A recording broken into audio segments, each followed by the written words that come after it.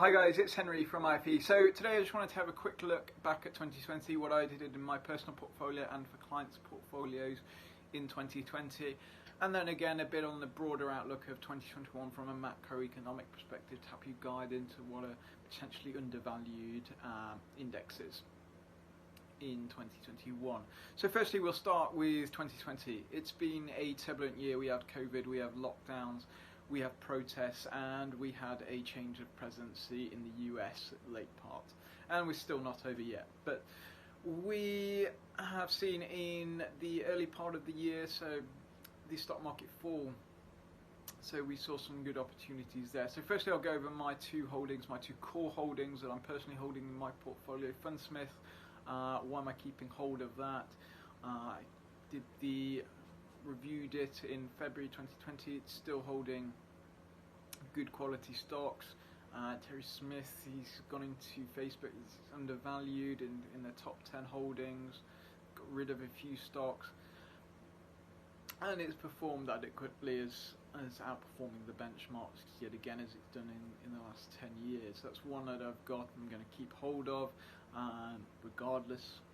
Morgan Stanley Opportunities, we've seen a rise in US tech stocks. That's heavily impacted this fund. It's up 23% year to date, so it's done fairly well. Other holdings that I've got into personally or for clients this year is the S&P 500. When that took a 30% dip, we went into a lot of client portfolios into that, especially if they were holding cash. Other one is the US Oil LP. Went at $9.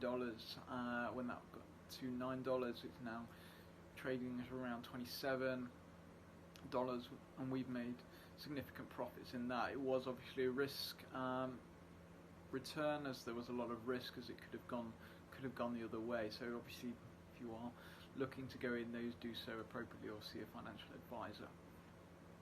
Other ones we've got into later in the year due to underweighted or undervalued is Mexico.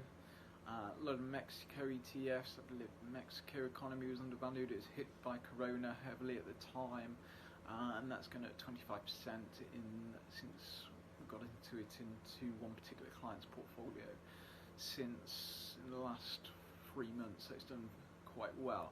So looking into 2021, where do I see economic trends, or where do I see undervalued? Firstly, stick at home a bit. UK economy, FTSE 250, got Brexit deals hopefully can be negotiated. It is a more representative look at the UK economy as the FTSE 250 is mid-caps, gets more of the wealth from the UK rather than the FTSE 100 overseas. I believe that's got a lot of growth. Bit of a lesser extent is the Eurozone, so I believe that's still got significant growth to do from a manufacturing point of view. So any Eurozone ETFs would look to hold in 2021. Looking across the pond, one that I've got a few clients in is the iShares X Japan, Asia X Japan, sorry. Weighted toward Chinese technology stocks. I believe Asia's going to have a good year in 2021. We've seen them come out of the pandemic quite well. China's got growth of what it's expected of around 6-7% in 2021. So one of the few economies that is having predicted growth in 2021. And another one staying in Asia, slightly different, is Japan. So this is an interesting one. We've seen change of presidency in Japan from Shinzo Abe.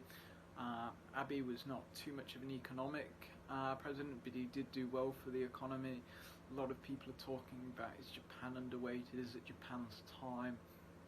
I'm on the fence. I do see the value in Japan, but also optimistic, pessimistic that it is it's been seeing value for the last 20-30 years. So that's my thoughts for 2021. Let me know what you think.